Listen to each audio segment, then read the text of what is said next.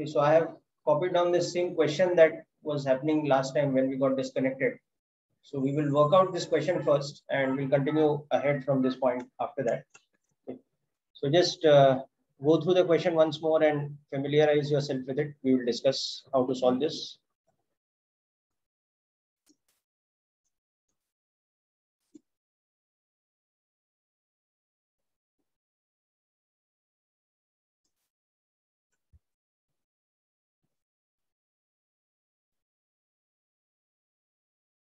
Not able to unmute? Okay, just let me check.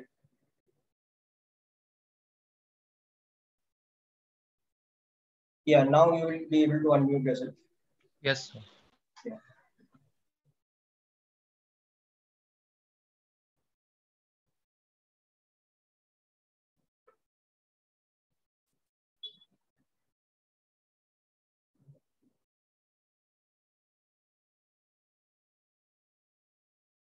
Okay, so just go through the data of this question.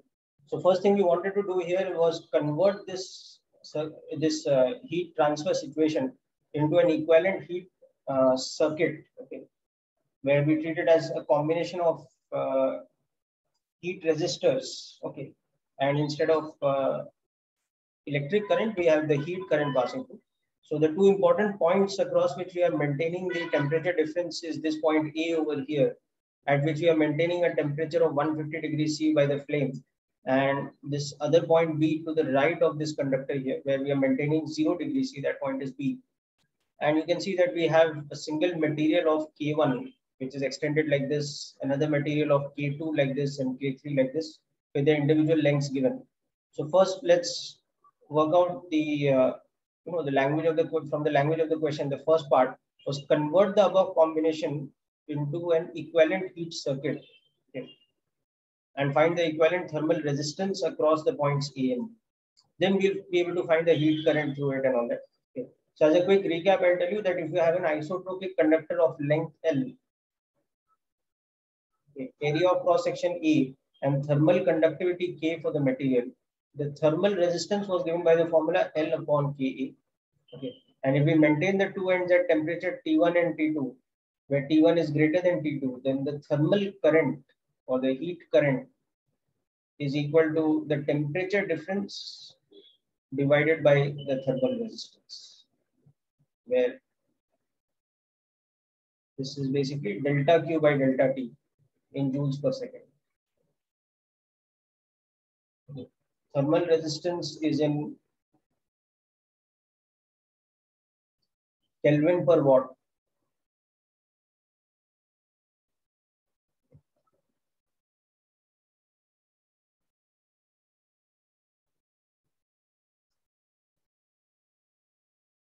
So let's just use that concept over here.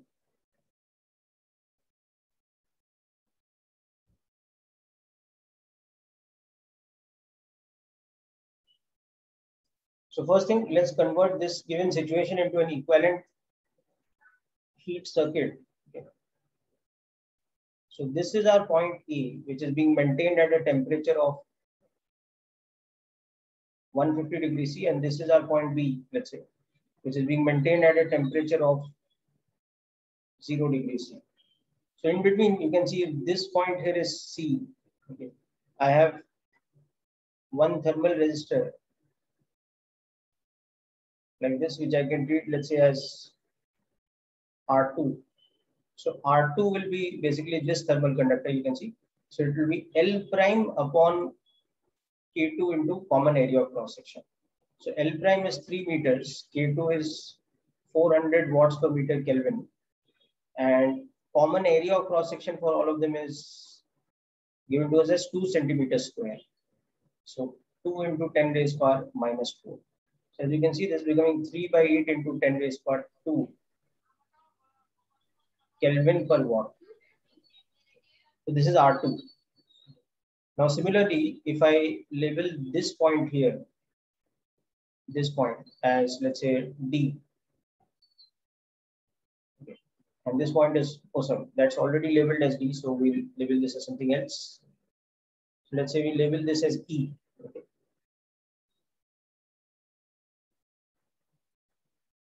So we can treat this has resistor R1, let's say. So R1 is L upon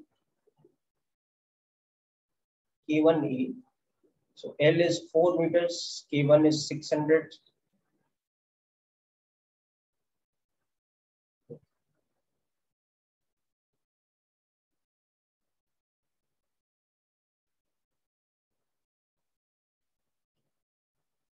Then we can treat this as, let's say, some R prime. So this will also be R prime because it has, so R prime will be this width B upon same material K1 but into same area of cross section. So this is,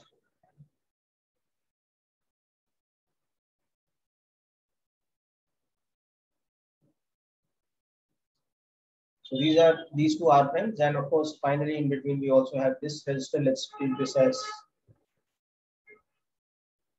R3. So same length L but different thermal conductivity. So 4 upon 200 into 2 into 10 raised power minus 4. So this is 10 raised power 2.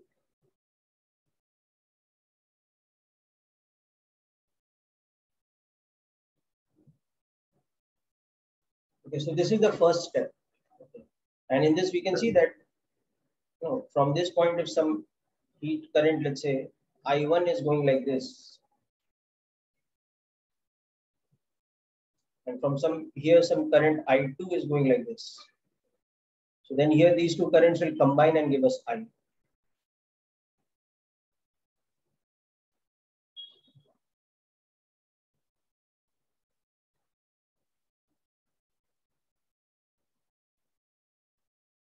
Okay.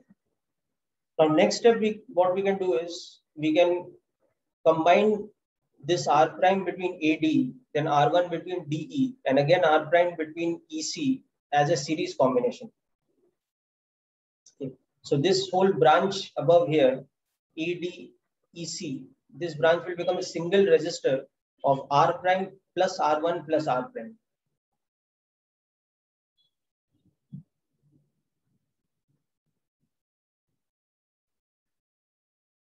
Okay. So first, just make sure you are clear with all these.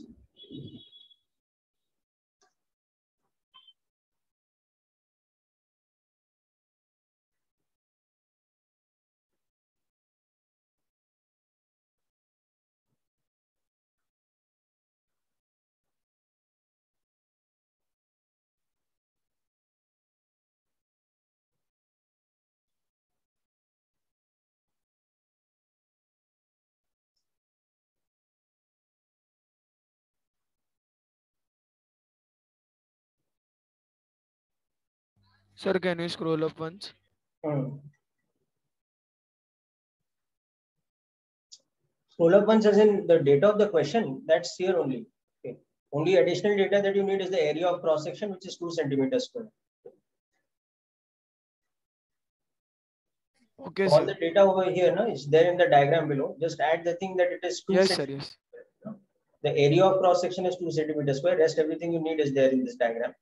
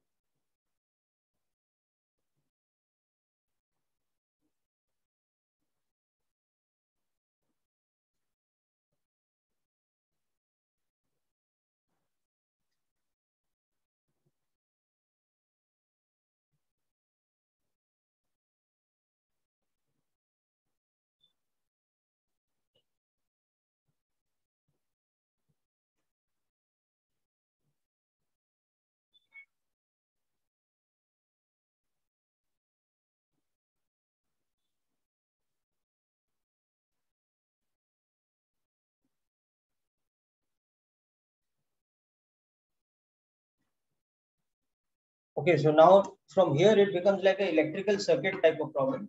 So we have to just Sir, step by Just a minute, sir.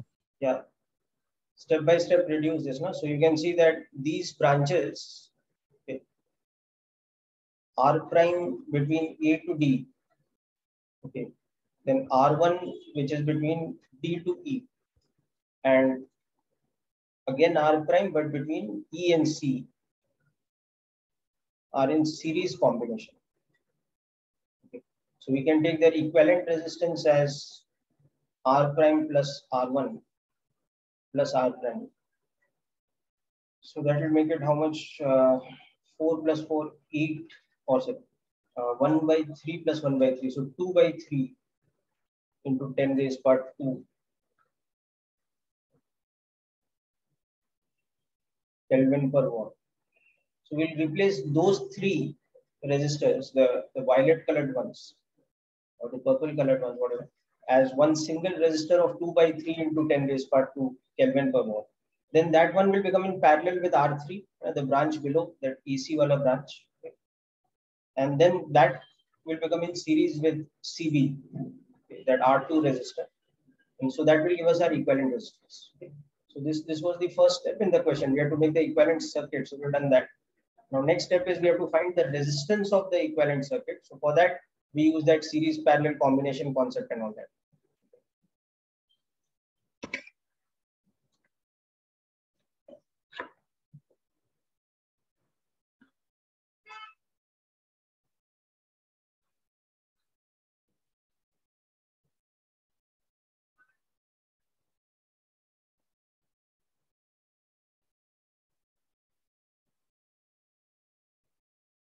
Just a moment, people, I'll be sharing the file again.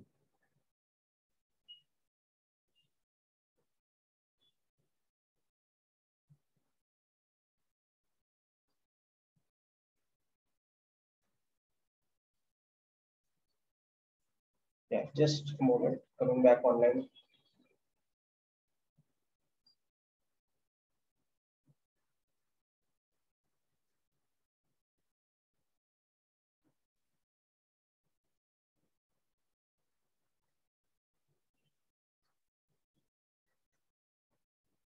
Okay, Yash Bhaviskar, I'll check your answer. Yash Madani, you got the concept. Okay, so we have to just now go on reducing this. So the first step of reduction is this one, which I have explained here. So this branch on top, the three resistors, I'll just reduce with a single resistor of this equivalent resistance, let's say, that is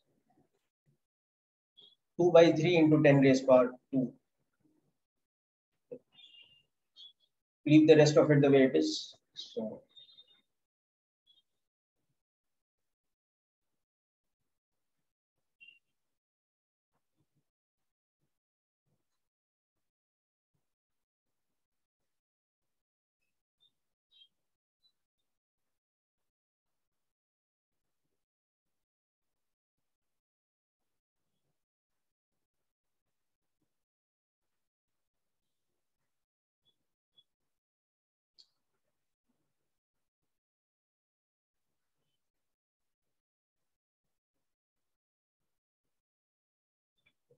So now what will happen here? This R equivalent above is in parallel with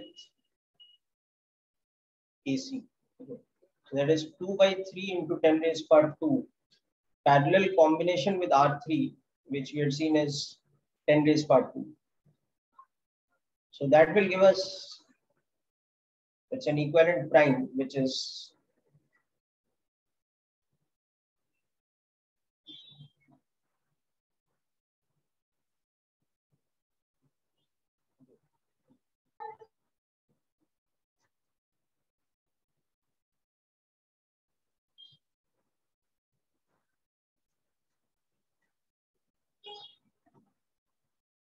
2 by 3 divided by 5 by 3. So that will be 2 by 5 into 10 raised power 2 Kelvin per watt. So the next thing we are doing in reduction is this whole thing between A and C, that is converted to a single resistor, which I'm writing as R equivalent prime, which is basically the parallel combination of that R equivalent with Okay, so that is, and that will come in series combination with respect to CB.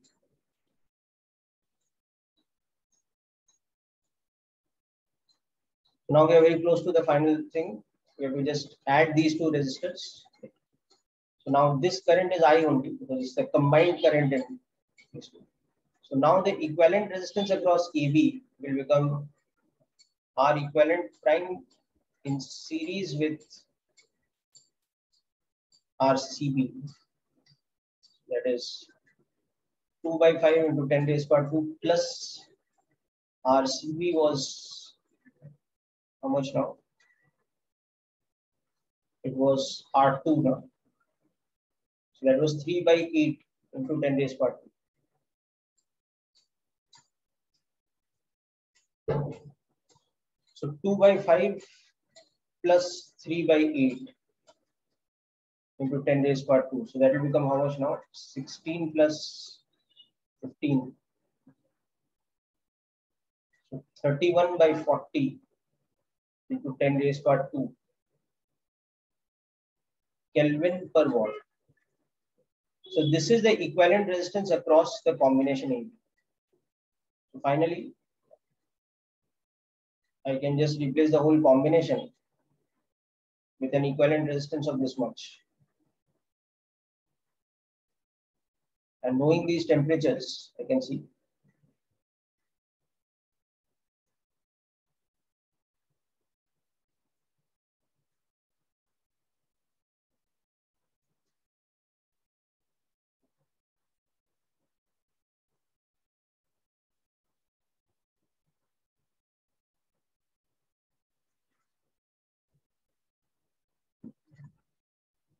And therefore that, so this becomes my second part's answer. Now the third part's answer, the net current across AB is going to be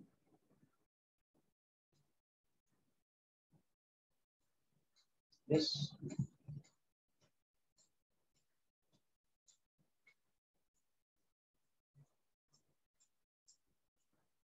So that will be very nearly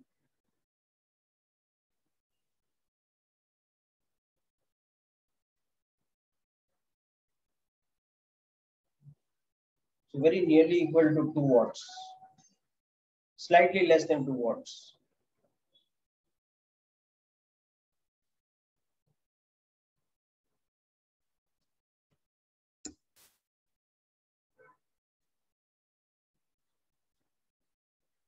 Okay, so plenty of questions of this type you will find in HC Verma, which will actually help you develop skills not only for heat circuit type of problems, but those skills will help you when you come to the current electricity chapter of class 12th also, which you will be coming to pretty soon now because I think you're already into capacitance or whatever. Sir, can you scroll a little up? Yeah, sure. Yes, but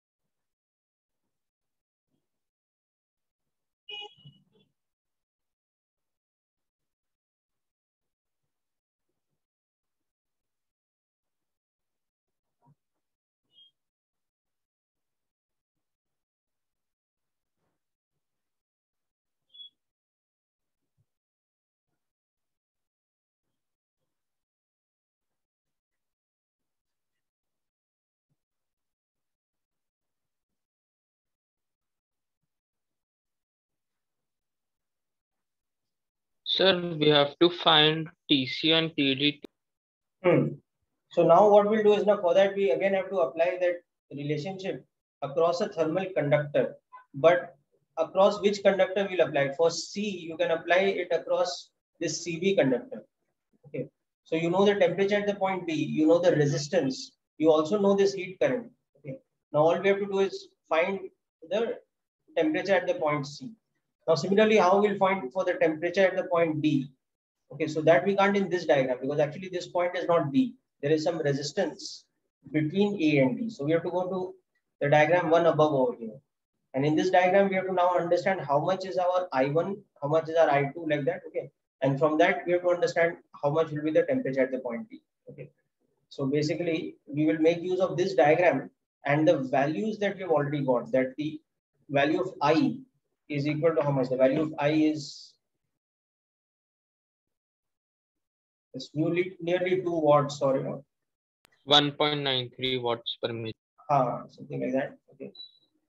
We can use the fractional value also, that it is. So you can see it is basically 15 into 460 divided by 31. 60 by 31 to be precise. That is the value of this current, okay, which is nearly 2 watts. Okay.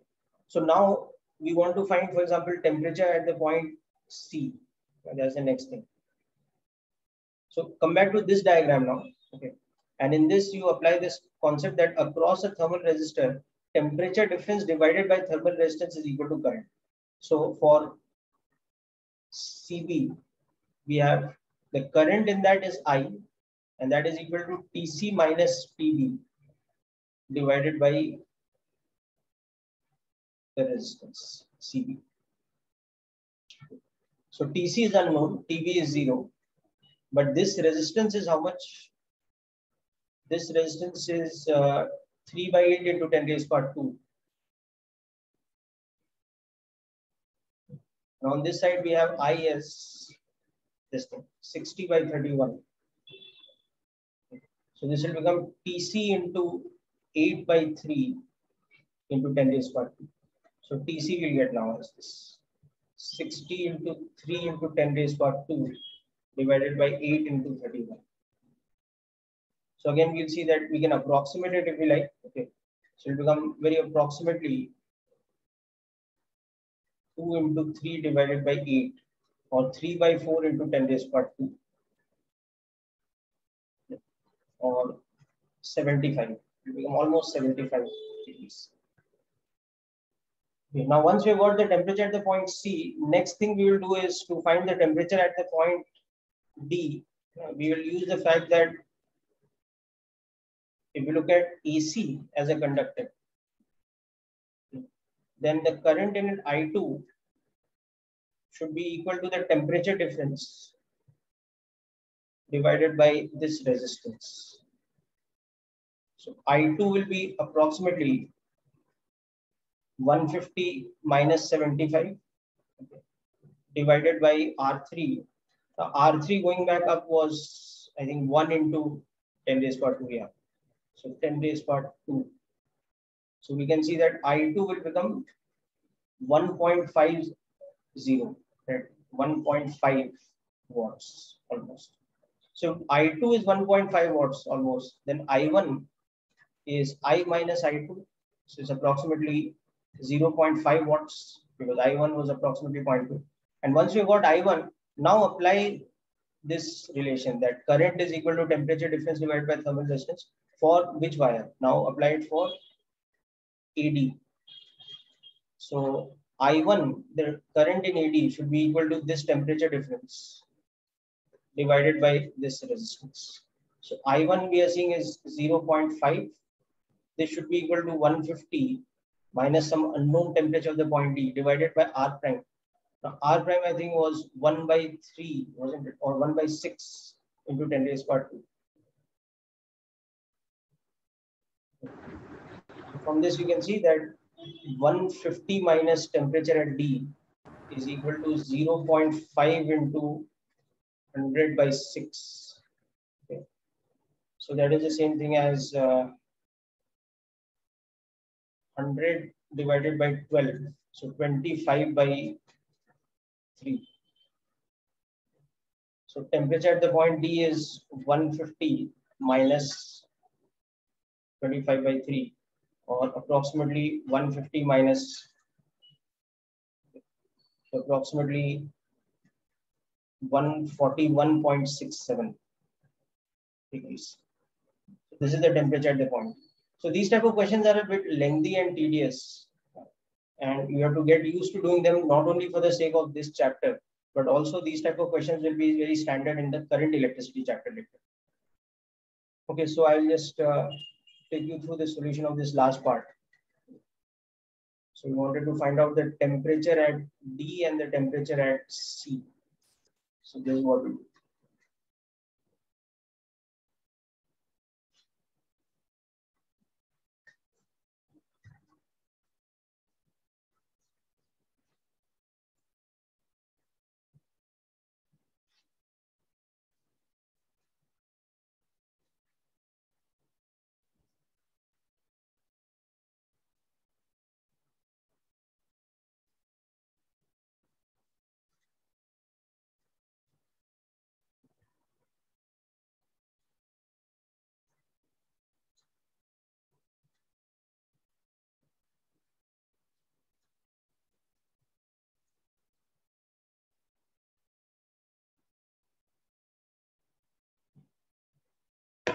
Oh, sorry, we are getting a different value here.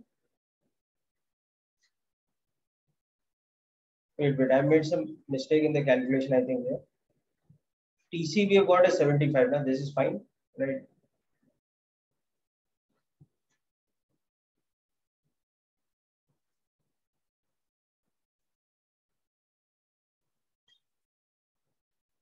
So this will not be this much. This will be 75 by 100 or 0.75.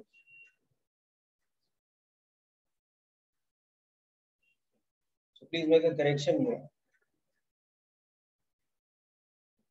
So that means that this will not be this much. It will be 2 minus 0.75. So that's 1.25.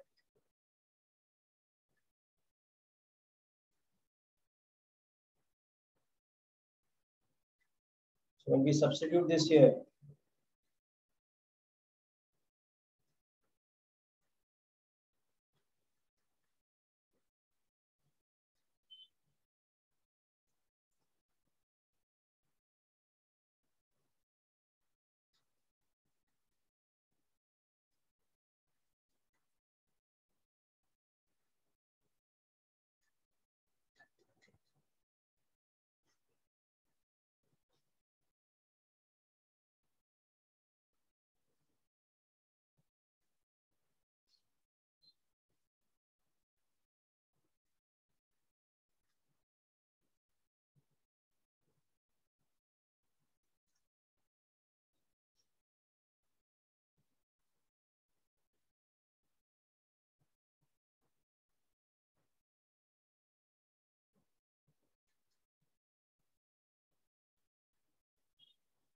should be more like this.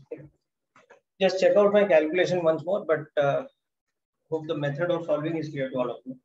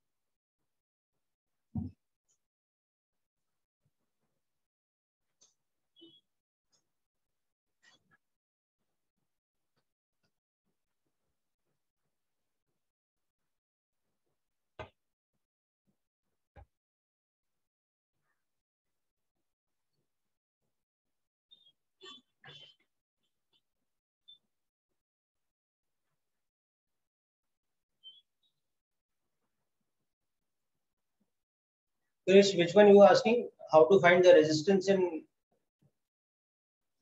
first one as in?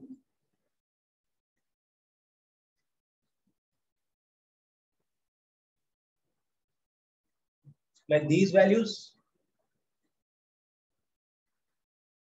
or in the combination?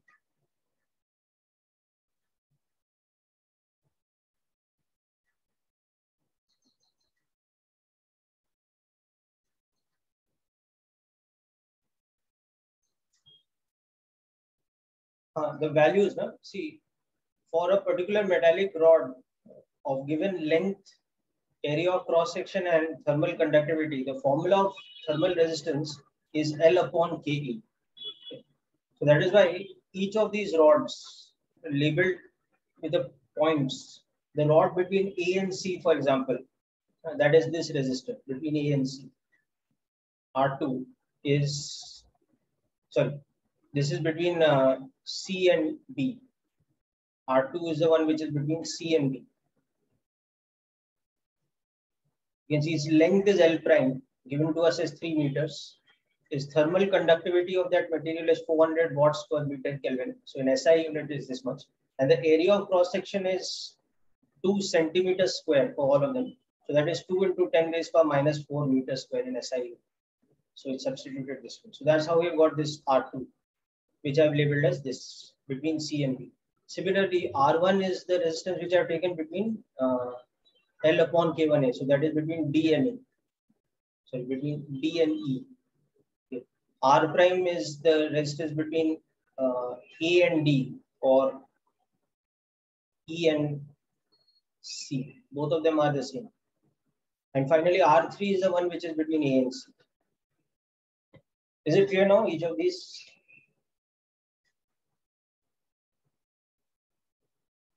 Okay, very good. So the only thing you have to be careful about is the unit. So remember, typically area of cross section is given in centimeter square, but you want to convert it to meter square. Okay. Similarly, if the length is given in centimeters, you should convert it to meters.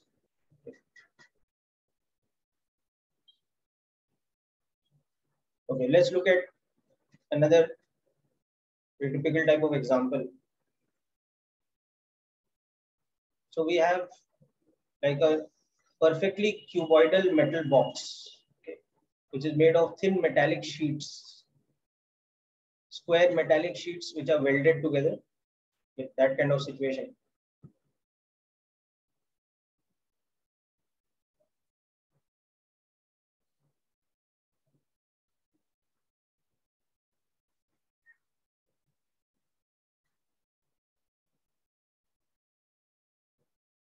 So this is a metallic box of cubical shape. Each side is a thin square sheet of edge,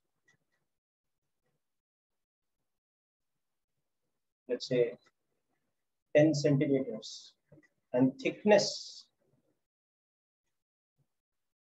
let us say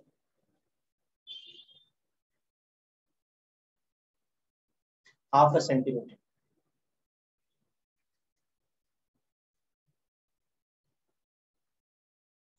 In fact, let's make the side length 20 centimeters.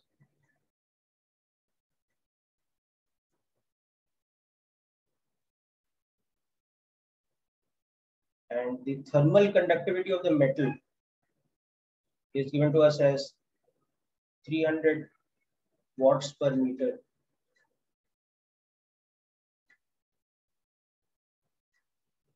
Kelvin. Now the inside of the box is filled with ice.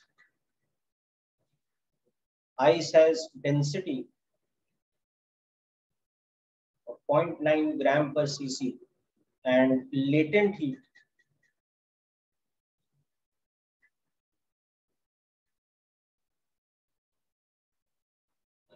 I'll give you the value in some time.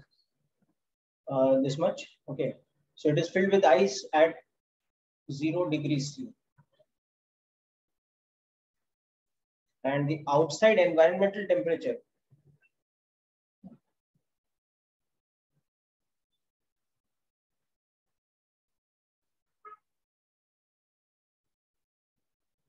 is equal to 25 degrees. So what we want to do here is, first of all, find the net rate of heat conduction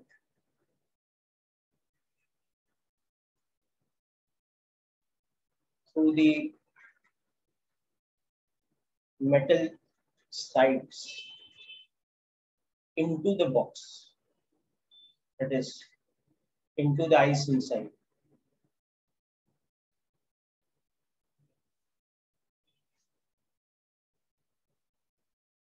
The rate of melting of ice in grams per minute. How many grams of ice are melting per minute because of this heat conduction? Okay. Just start the question. I'll just give you the value of thermal conductivity of ice. Sorry, not thermal conductivity, but latent heat of ice.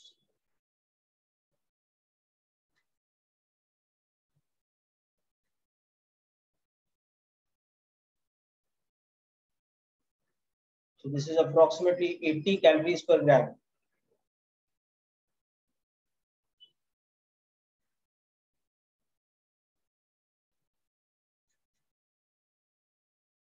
So we'll convert it and get it as 33600 joules per kilogram.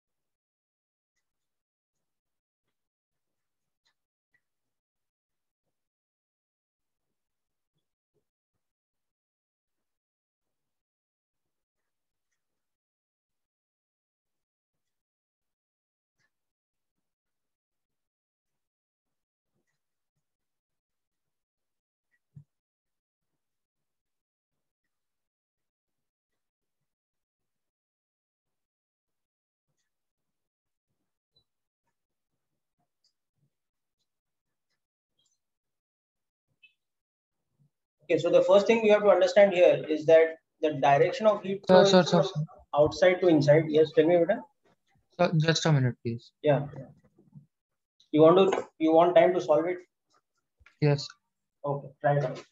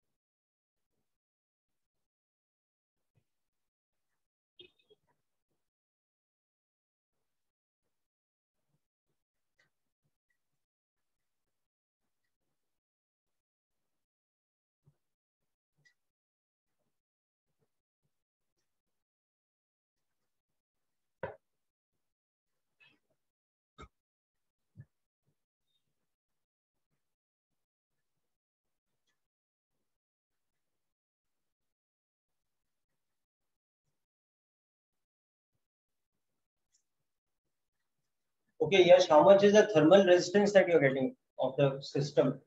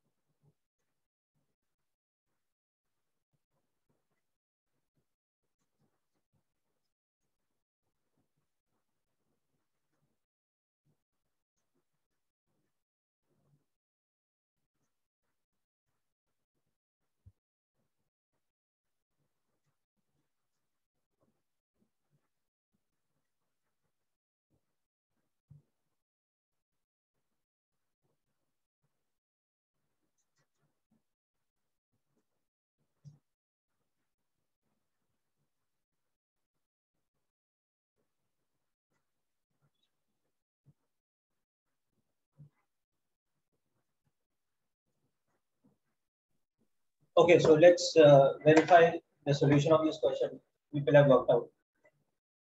So first of all, what we have to understand is that the direction of heat flow is from outside to inside. Okay. So each of the plates or each of the sides is acting like a heat conductor, for which the area through which the heat is flowing in is the surface area L square, and the length through which the heat is flowing in, that is the thickness of the conductor. Okay. So that's the main thing to understand here.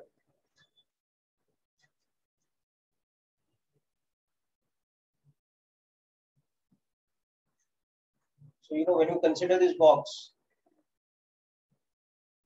so each side or each metallic square plate which is forming one of the sides of the box, that is acting like a heat conductor, whose thickness is the length through which the heat is conducting, and whose face area is nothing but the area of cross section. So like this one, if you consider, heat is going in like this, from outside to inside. Heat is going in like this. So now for this box, the thickness, that is the length across which the heat is going. So this thickness of each of these plates, this thickness is that half a centimeter. And this area is the cross-sectional area across which it is going. L was 20 centimeters. So the thermal resistance of each side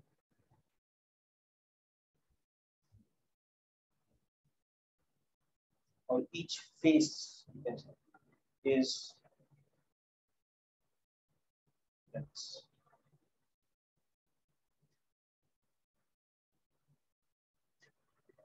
K was 300, I think, for yeah.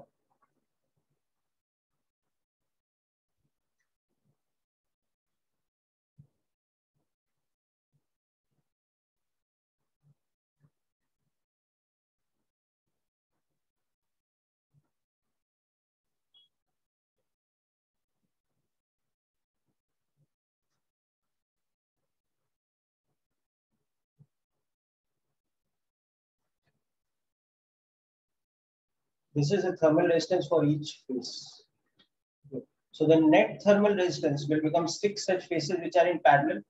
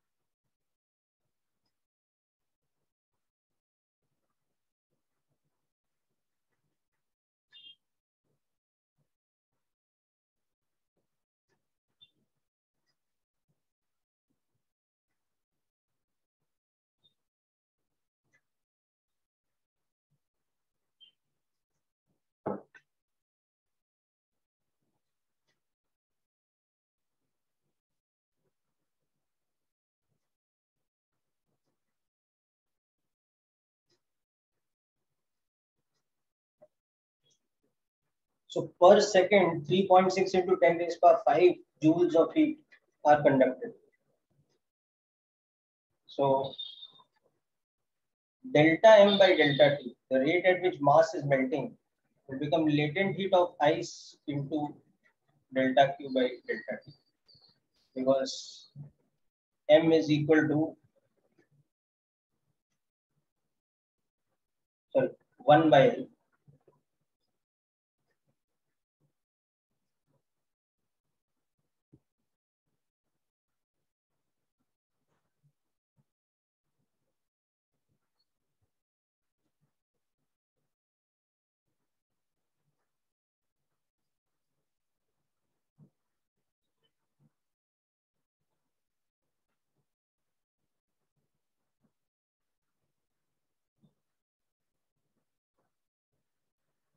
From this you will get this. Okay.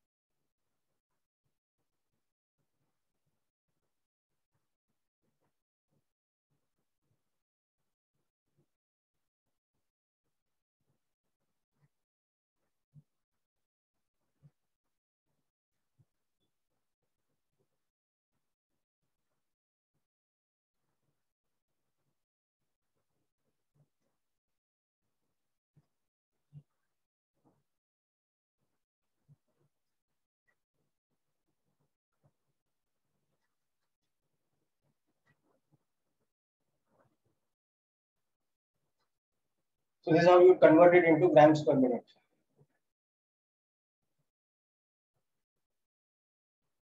No, Diti, not 4D, because see that each of the sheets is acting like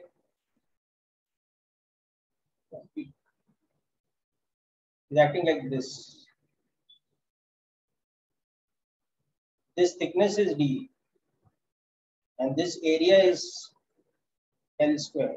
And on this side, the temperature is T naught. And on the inside, on that side, the temperature is temperature of ice, which is 0 degrees. So heat is flowing in like this.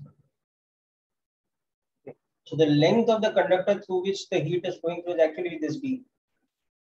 So that's why the thermal resistance of each of the faces is how much? It is D upon K into L square. And now six such faces are in parallel.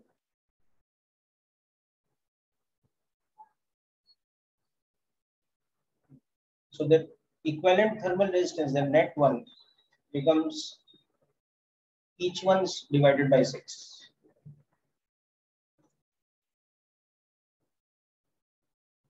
Is the application clear now, people? Okay, very good.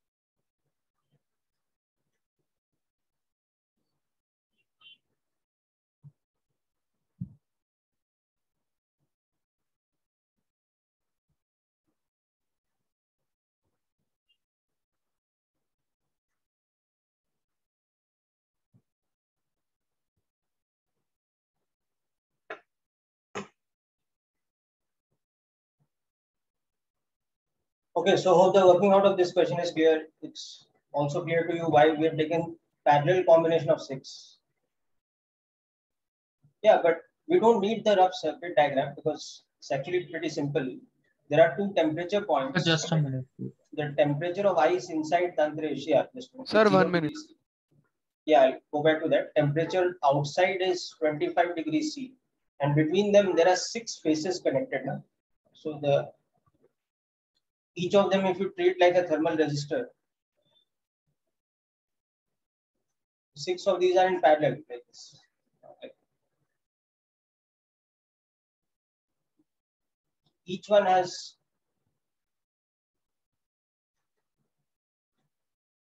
each face.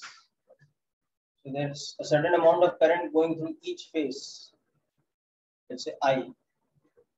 So I is equal to this temperature difference divided by the thermal resistance of each phase. So the net current, which is delta Q by delta T net, is equal to 6 times I naught. So that is why it is T naught minus Ti is into 6. Okay. Or this is the net thermal resistance. So the net thermal resistance you can see is the thermal resistance of each phase divided by 6.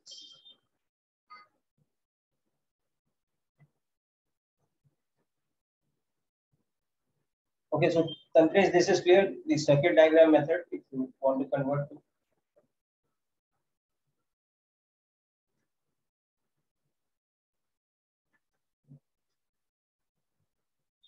Okay.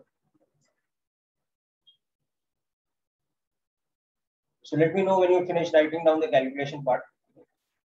I'm not working on the whole answer, but like I mean, this is almost going to be 10 raised power minus 2, slightly greater than that. Okay, so 10 raised power 3 into 60, or something like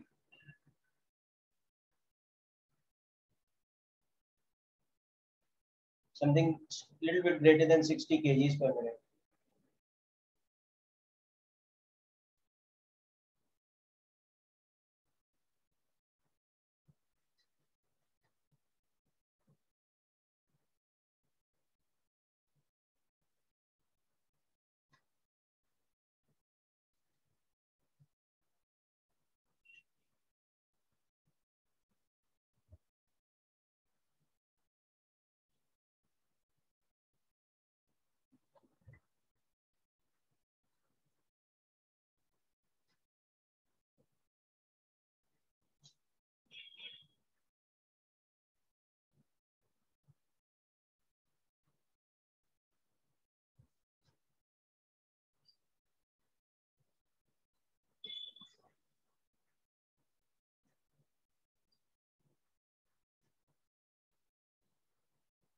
So as you can see, because the metallic sheets are extremely thin, half a centimeter, so even a reasonable amount of temperature difference, just 25 degrees of temperature difference, is creating a massive rate at which ice will be melting inside a box like this.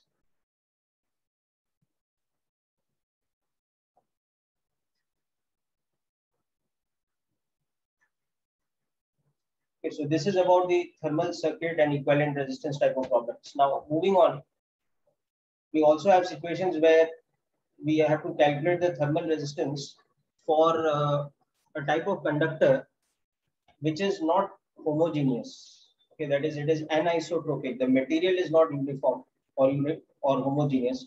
Or there might be a situation where even if the material is homogeneous, the area of cross section is not uniform because the shape is not, a regular geometrical shape.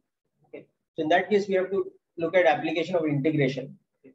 So there's a bit of the type of integrations that we have seen earlier in center of mass and moment of inertia calculation. That is the geometrical type of integrations that we do. Okay. In volume and area, those kind of integrations. So let's look at applications of that. So thermal resistance for a conductor of, let's look at that example first, anisotropic. Anisotropic material. That means the value of thermal conductivity will not be uniform. Anisotropic also means non-homogeneous in physical properties. In this case, the physical property we are talking about is thermal conductivity. So it has a non-uniform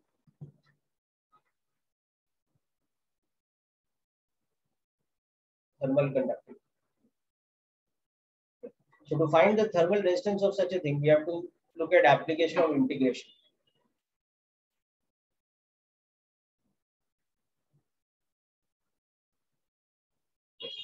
So let's see an example problem.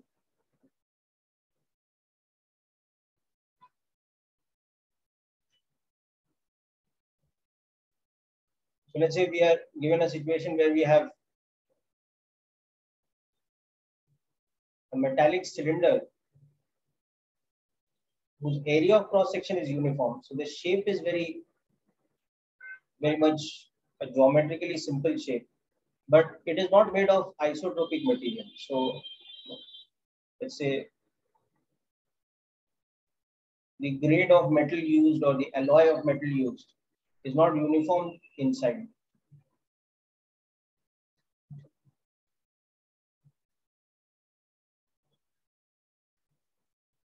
So this has a length L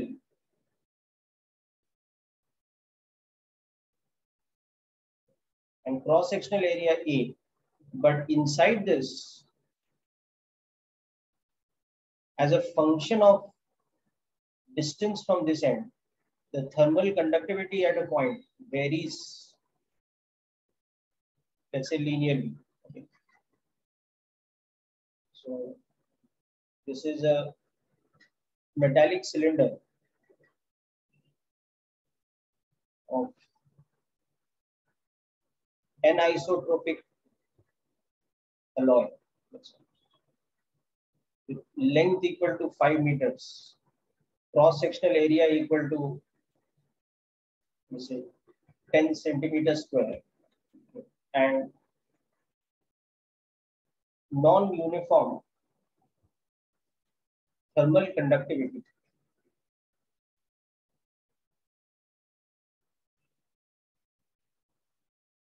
K, such that K varies with X as shown above. So this expression that I'm writing is given to us as part of the situation.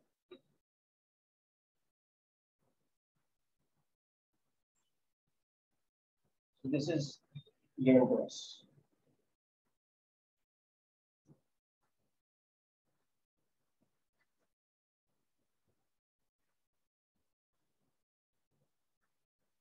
K naught is, let's say,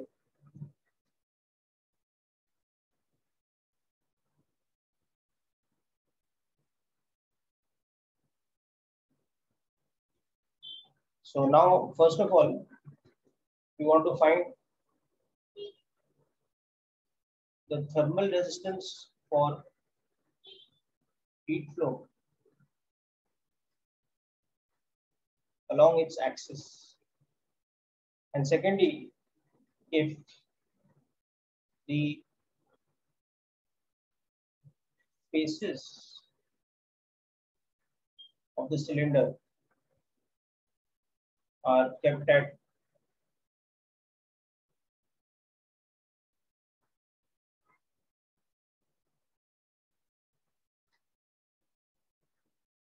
and the curved surface is insulated,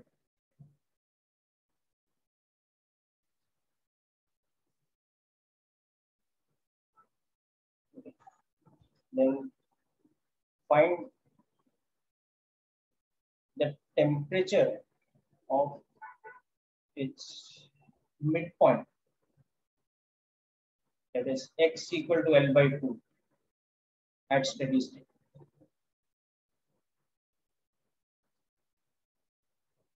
Okay, so this is the more advanced type of question you can expect at JEE advanced level, whereas the simple homogeneous kind of materials which you can directly write the formula for thermal resistance as L upon Ka.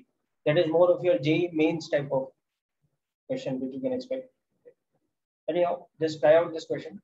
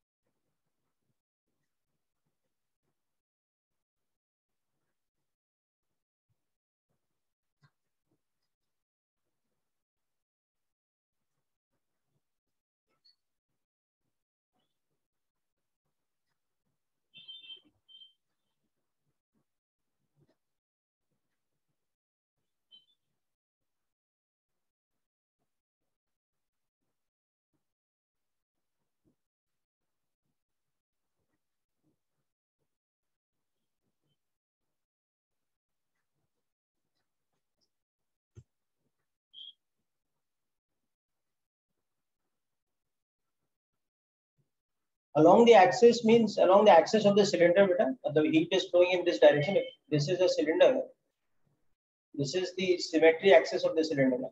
So we are saying heat is flowing along the axis. It means this is the direction of the flow.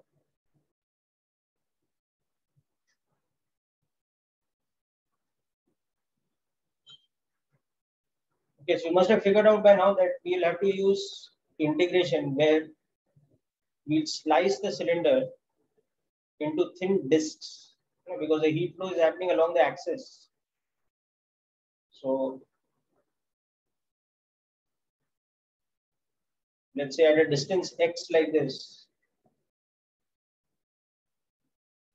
we will slice a thin disc.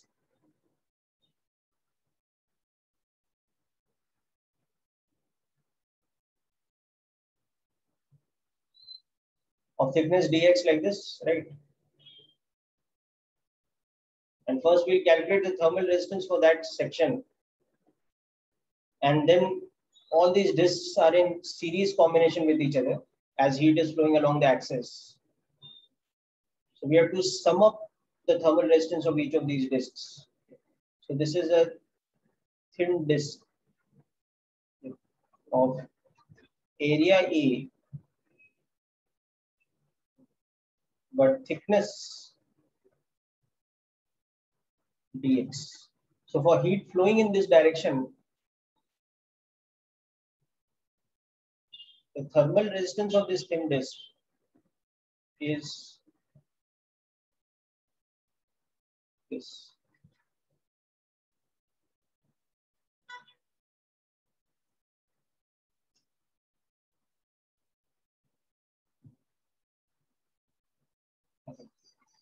So now the thermal resistance of this whole thing is from x equal to 0 to x equal to L.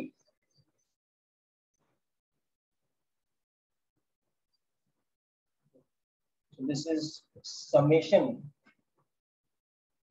by integration, because the discs are in series combination. So their resistances have to be summed up. So that summation is done by integration.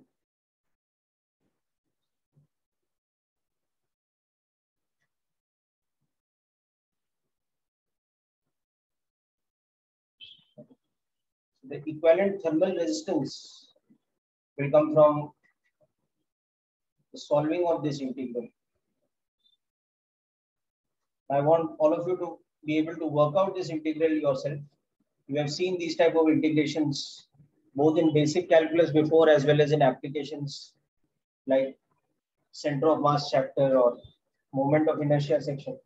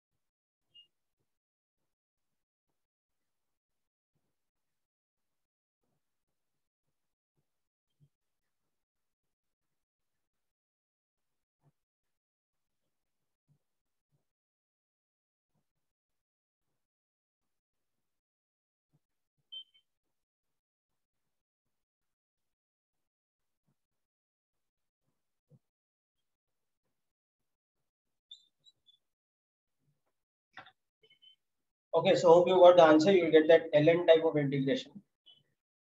Yes, very good. Yes, that's correct. So in this case, you see that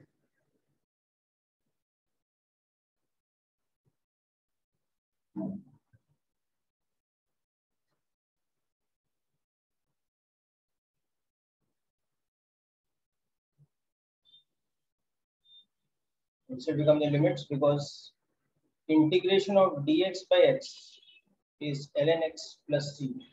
So integration of dx upon ax plus b becomes 1 upon a ln of ax plus b. That is why integration of dx upon 1 plus x by l, the indefinite integration, actually becomes 1 by l. Sorry, it becomes l. Because the coefficient of x is 1 by l, so it becomes 1 upon 1 by l. So that's l times natural log of 1 plus x by l plus c.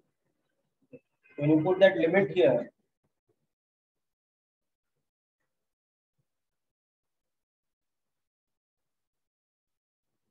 that we can take the l common here.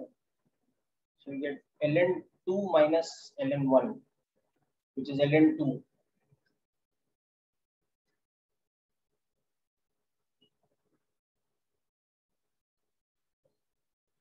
So that's equal to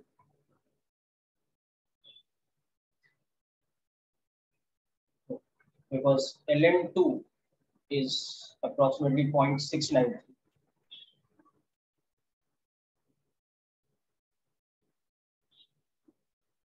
ln2 is 2.303 times log 2.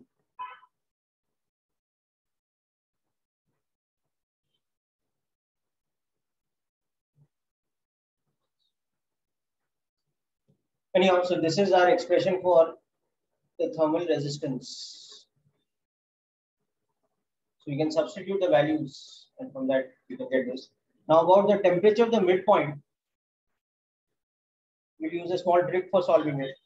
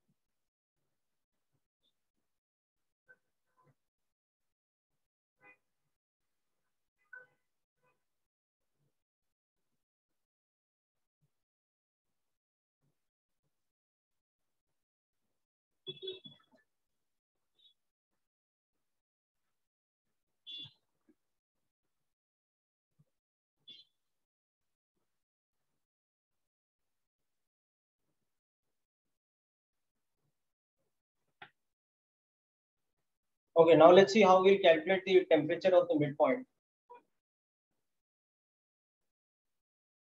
Sir, 1 minute. Okay.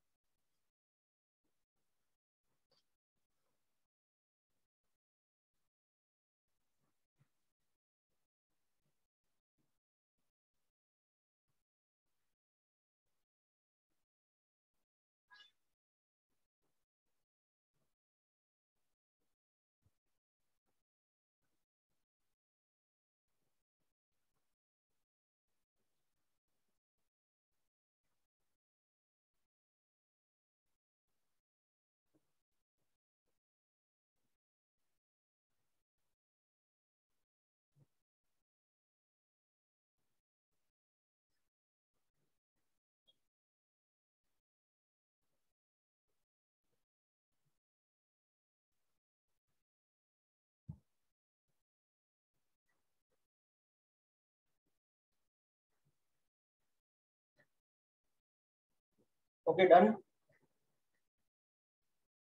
Yes, sir, done. Okay. Now see, to find the temperature of the midpoint, we will like mentally break this cylinder into two equal halves and apply the concept of thermal resistance and thermal current, or the equivalent of Ohm's law to each half.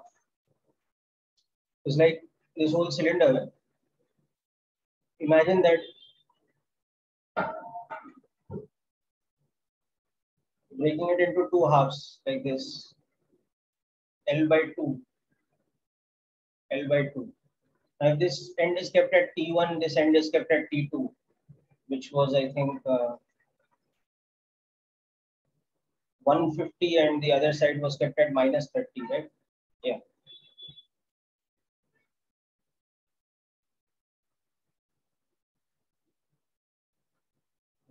So we will treat this whole thing as some resistance R1 and treat this whole thing as resistance R2. And we'll understand that. So if here the temperature is some T which we don't know.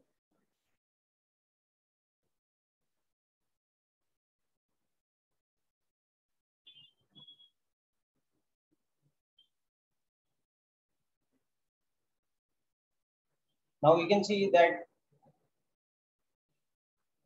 this is the equivalent resistance, which is R1 plus R2, which we have already calculated as L upon K naught A, natural log of 2.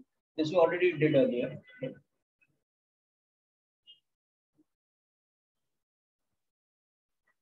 So we have an equation like this, that I is equal to T1 minus T2 upon R, where we know these values, that T1 is 150, T2 is minus 30, and R is L upon K naught A into natural log of 2. So we have these values. Okay. We don't need to numerically solve this further. But here, if we see for this resistor, T1 minus T upon R1 is equal to I, which is equal to T minus T2 by R2. So we compare this equation with this equation here, this one. Let's say this equation, we compare with this equation. You can see that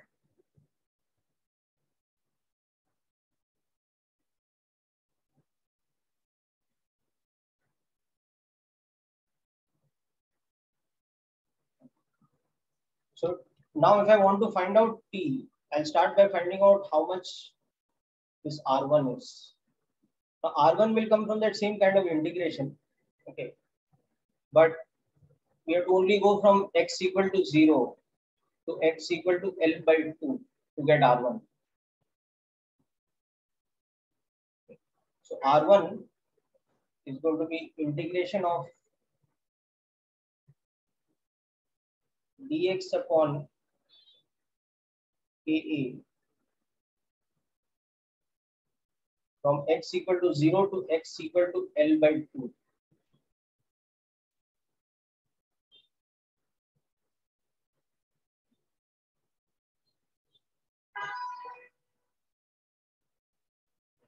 This time when we do this, we'll see R1 will come out to be L upon K naught A into natural log of 3 by 2 instead of ln 2.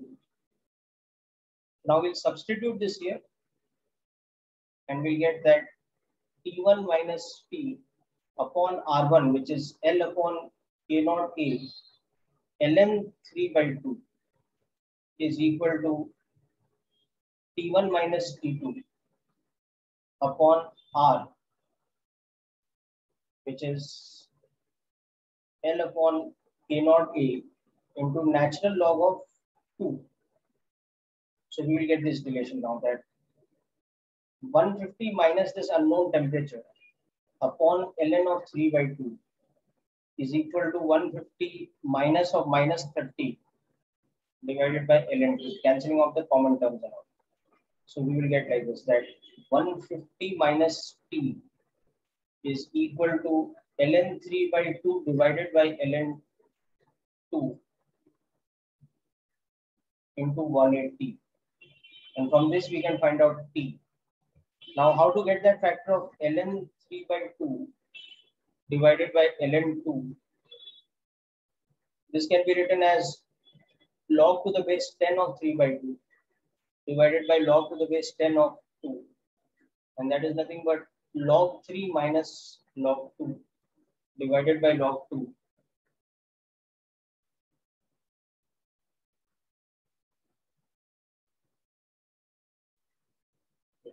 You can treat this as approximately 0.48 minus 0.3, so that is 0.18 divided by 0.3.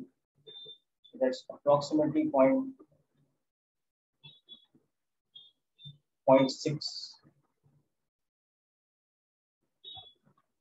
So 0.06.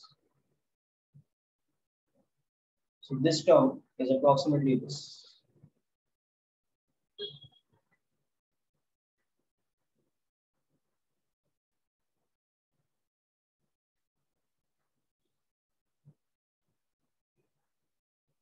So using this now we will get this as 150 minus T is approximately equal to ln 3 by 2 by this, which we are getting as very approximately 0.6. So T is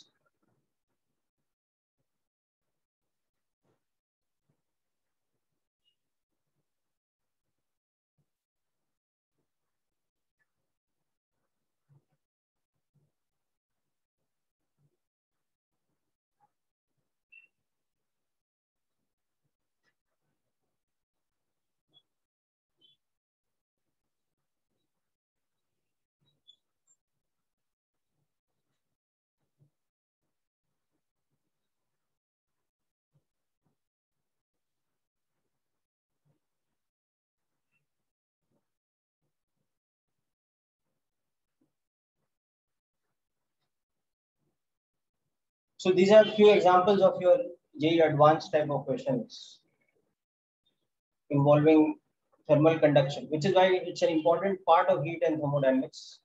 It has significant weightage in JEE mains and advanced.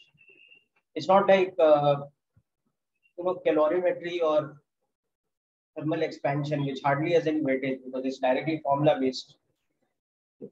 This is kind of equally important like the application of first law of thermodynamics or something in terms of number of marks and weightage.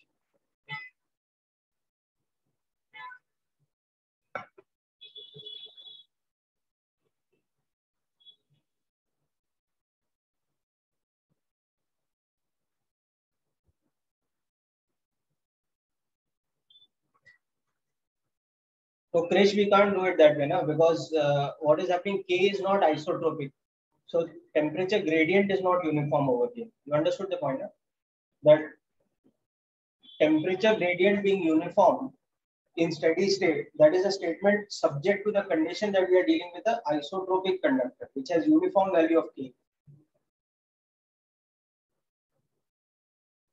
So that is a very important thing over here.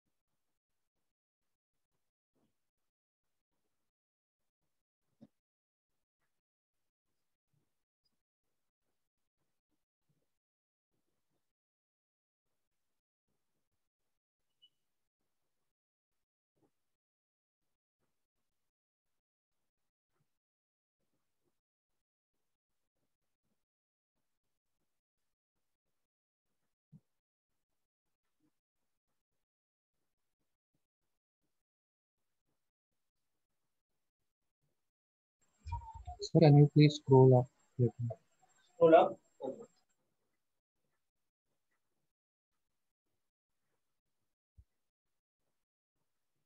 This part. Yes, sir. Done.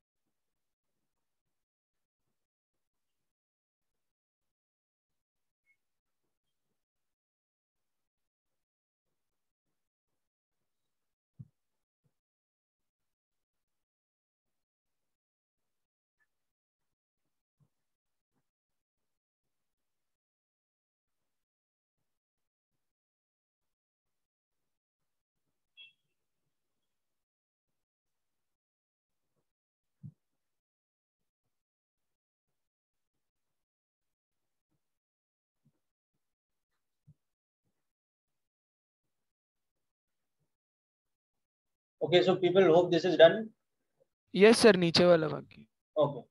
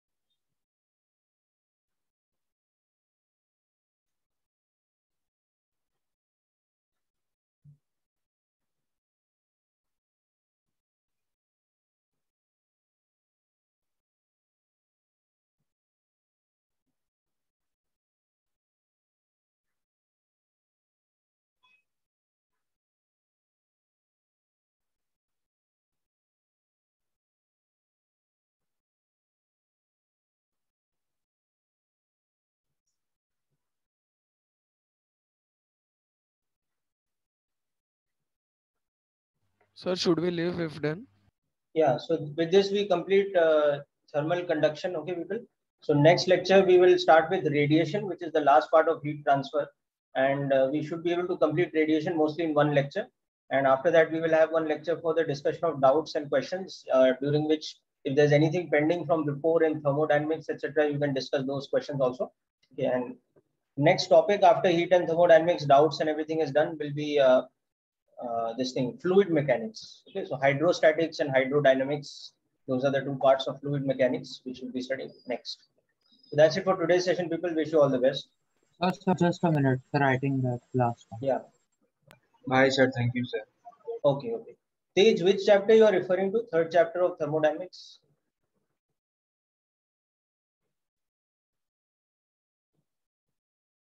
Bye, sir. Thank you, sir. Okay. So just to reiterate, the different parts of thermodynamics are, to begin with, thermal expansion, okay, then calorimetry, okay, then kinetic theory of gases, first law and its applications.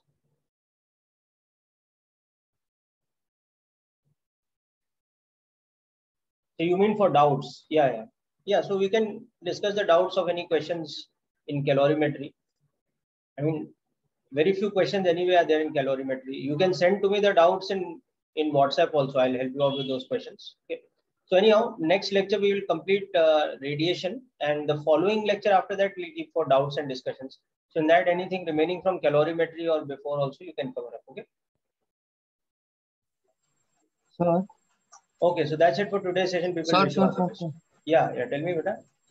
Sir, I have a doubt out of academics. Can I ask? You have a doubt for?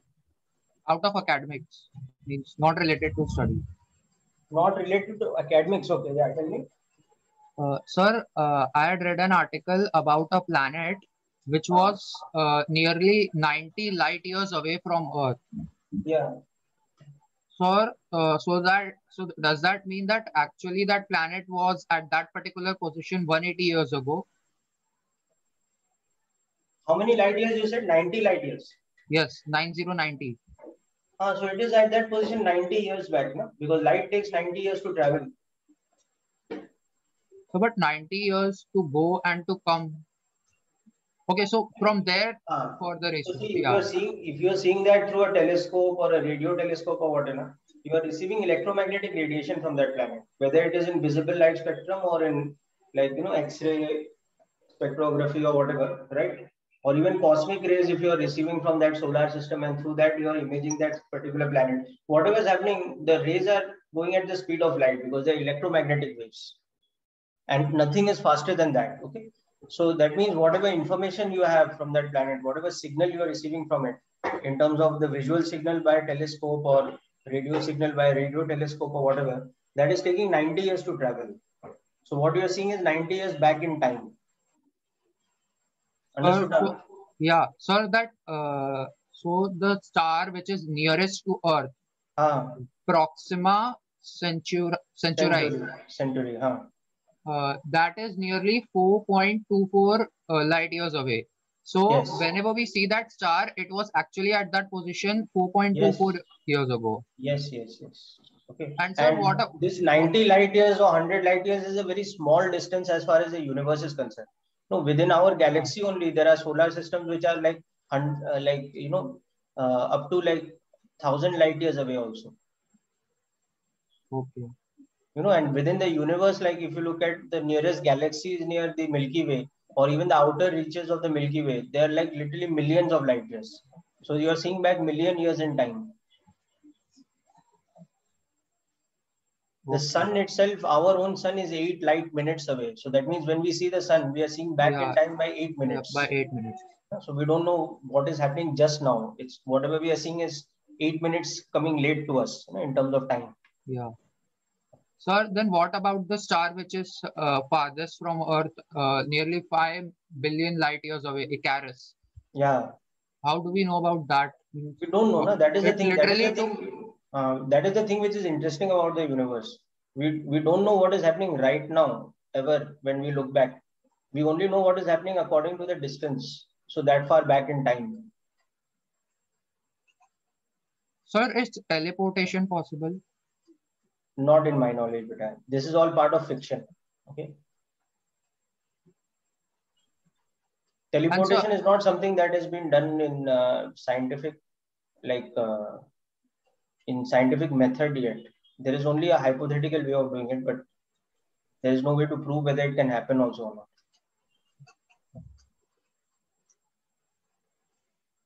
Sir, Yes. what about that parallel universe theory? We can't actually deny it because even our own universe is expanding by the speed of light.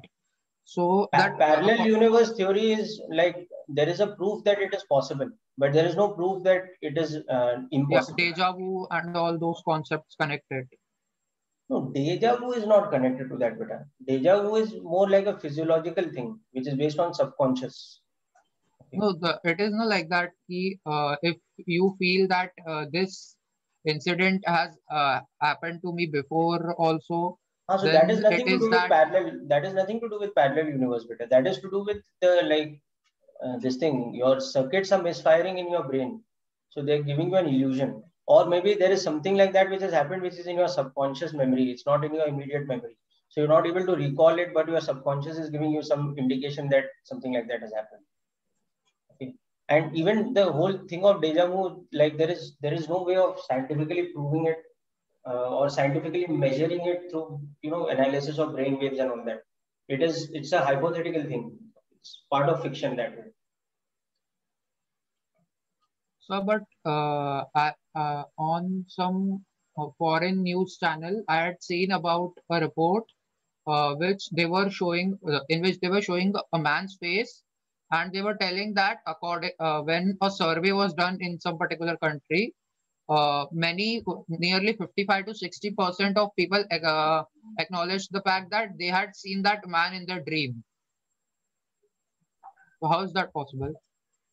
I don't know, beta. I mean, these are some freak things that can happen. Maybe that person's face, matched another person's face who was well known to public in that country or something. But there's no scientific explanation for it. That's what I'm saying.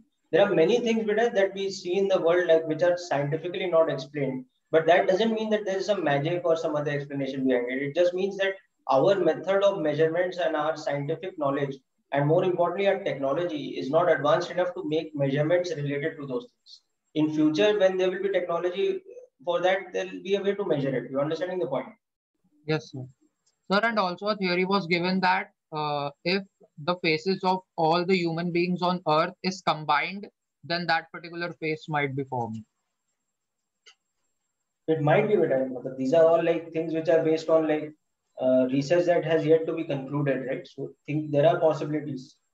And sir, AI has also managed to construct faces of people who have never existed. How is that possible? Oh, that's possible because see, that is based on it's like you can draw a face which you've never seen, no? Because it's based on your imagination. How is it so accurate that this person has never existed? Because there are certain characteristics based on the whatever parameters he's drawing on, which are not going to be physically possible.